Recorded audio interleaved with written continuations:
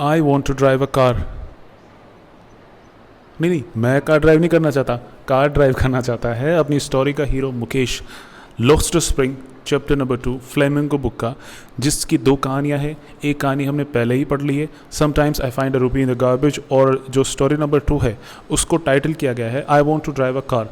ये एक्चुअल में वो सेंटेंस है जो कहा गया है उस लड़के के द्वारा जिसको राइटर मिलती है, और वो लड़का, उसकी आंखों में एक ज़ील, एक उत्साह दिखता है जब वो कहता है कि I want to drive a car. Firozabad की ये कहानी है। फ़िरोज़ाबाद उत्तर प्रदेश में, आगरा के पास में है, और ये अपनी बैंगल मेकिंग के लिए पूरे दुनिया में, पूरे देश ही नहीं बल्कि पूरी दुनिया में फेमस है। फ़िरोज़ाबाद के लोगों को देखकर, और वहाँ पर जो बैंगल मेकिंग की इंडस्ट्री है, वहाँ पर जो गरीब लोग काम करते हैं, उनको देखकर ऐसा लगता है कि जैसे दुनिया की सभी औरतों के लिए चूड़ियाँ, बैंगल्स यही लोग बनाते हैं। इतनी सारी चूड़ियाँ यहाँ बनती हैं।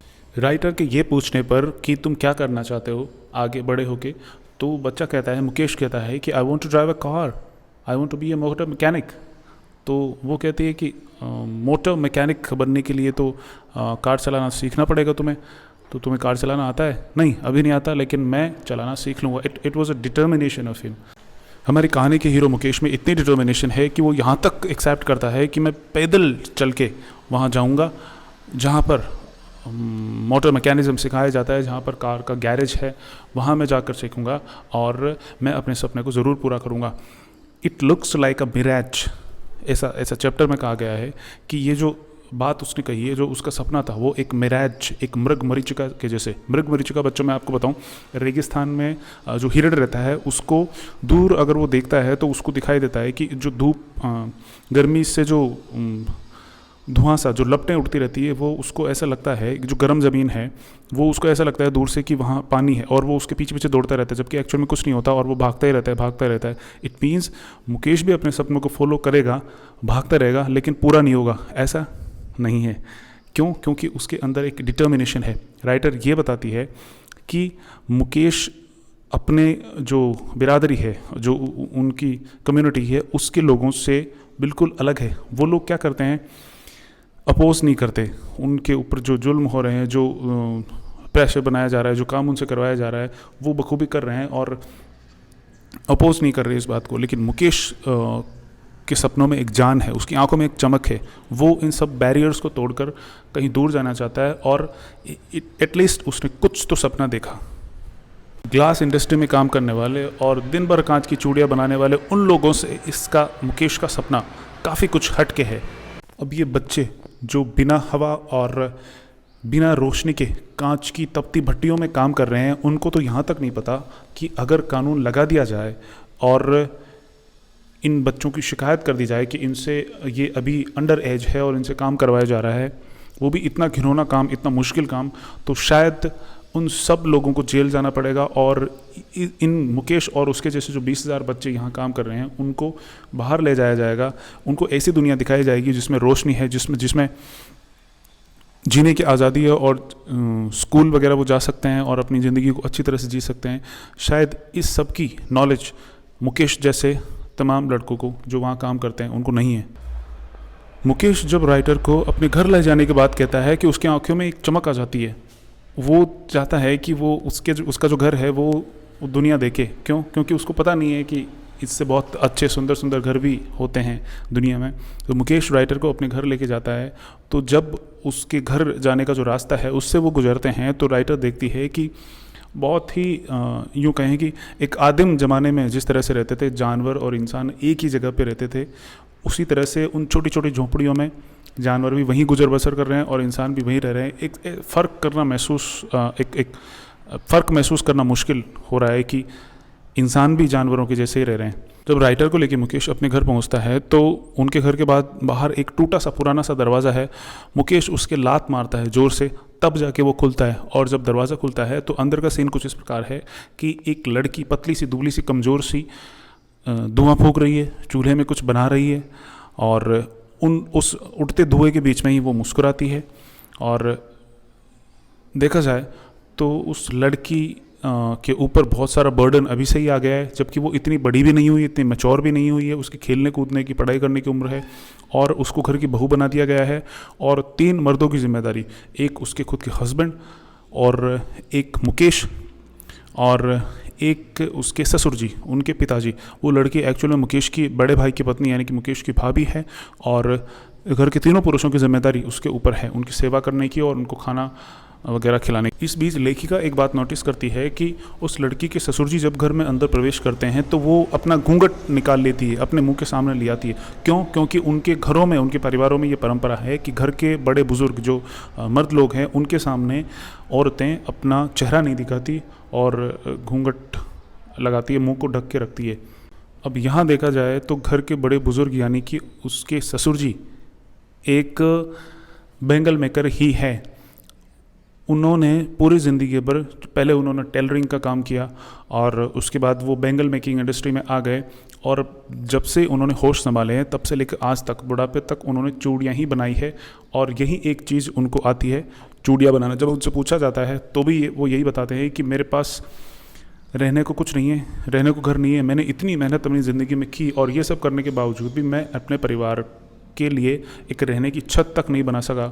आई only know one thing, that is bangle making, और यही मैं अपने बच्चों को सिखा सकता हूँ।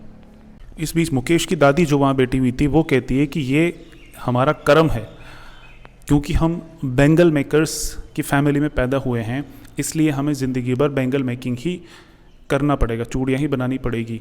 वो भगवान में विश्वास करती है और कहती है कि ईश्वर का दिया हुआ जो धंधा है, जो ऑक्यूपेशन है, वो उसे भला कोई चेंज कर सकता है? यानी आपके पुराने वंशज जो काम करते थे, आप अगर चूड़ियाँ बनाने वाली फैमिली में पैदा हुए हो तो आपको भी जीवन पर्यंत चूड़ियाँ ही बनानी पड़ेगी, ऐसा मुकेश की दादी का मानना है। और दादी के इस तरह के विचार क्यों ना हो, क्योंकि फिरोज़ाबाद की जो गलियाँ हैं वो, उनमें चारों तरफ रंग बिरंगी लाल, पीली, हरी, नीली चूड़ियाँ ही चूड़ियाँ हैं। जवान लोगों को देखो तो गाड़ियों में भर भर के चूड़ियों को लादते रहते हैं, धकेलते रहते हैं।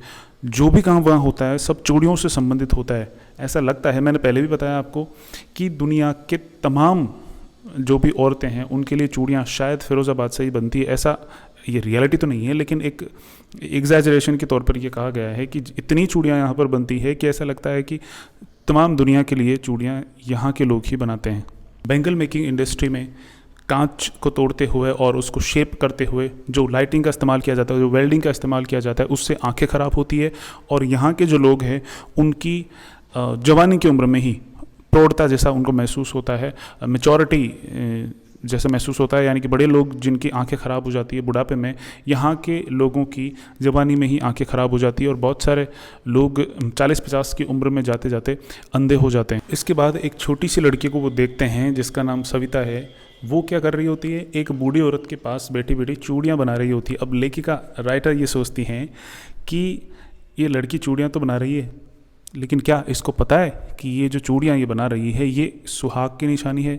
इनकी पवित्रता के बारे में क्या इनको जानकारी है? वैसे उसके पास जो बूढ़ी औरत बैठी है उसको शायद इसकी पवित्रता के बारे में जानकारी होगी। क्यों?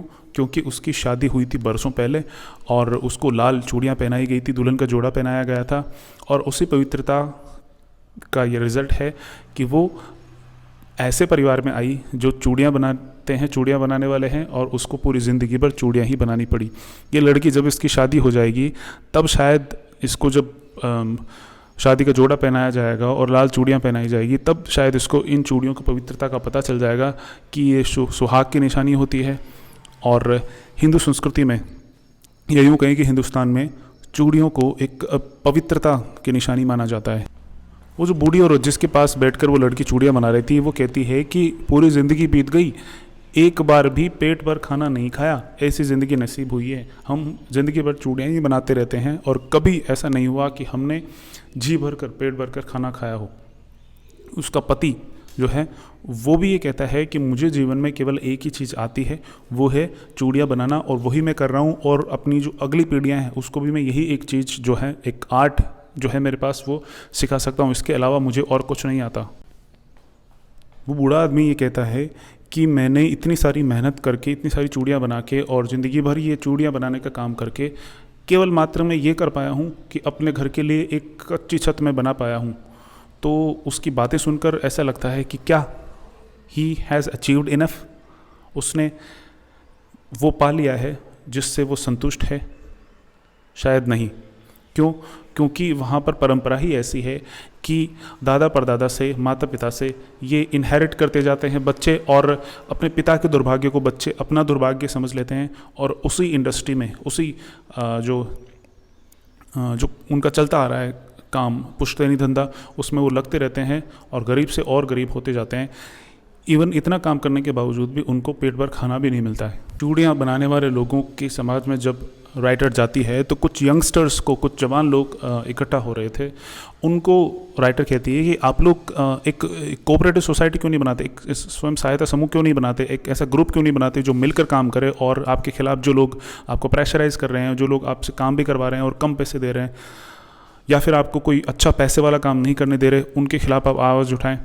तो वो कहते हैं कि हमारे में से कोई भी नेता नहीं है, हम आवाज़ उठाएंगे भी तो भी हमारी आवाज़ को दबा दिया जाएगा, पुलिस वाले हमको पकड़ के ले जाएंगे, और गैर जिम्मेदारी निभाने के लिए और सरकार के खिलाफ जाने के वजह से हमें ही दोषी ठहराया जाएगा और हमको जेल में जाना पड़ेगा, फिर शायद हम इस धंधे से भी हाथ धो बैठें। कहानी के आखिरी पैराग्राफ में राइटर हमें बताती है कि उसे दो तरह के संसार देखने को मिलते हैं, दो तरह की दुनिया उसको देखने को मिलती है। एक तो वो लोग जो इतने गरीब है, इतना काम करने के बावजूद भी, और जो अपनी पीढ़ी दर पीढ़ी अपनी परंपरा जो है गरीबी सहन करने की, भूखे रहने की, और बेंगल मेकिंग इंडस्ट्री में दिन रात काम करने की, अपने आंखें खो देने की, अपने बच्चों को स्कूल भेज पाने में सक्षम नहीं होने की, उसको निभाते जा रहे हैं और पीढ़ी दर पीढ़ी गरीबी को जो है सहन करते जा रहे हैं। और एक वो तबका है समाज का जो इन लोगों से पैसे बना रहा है,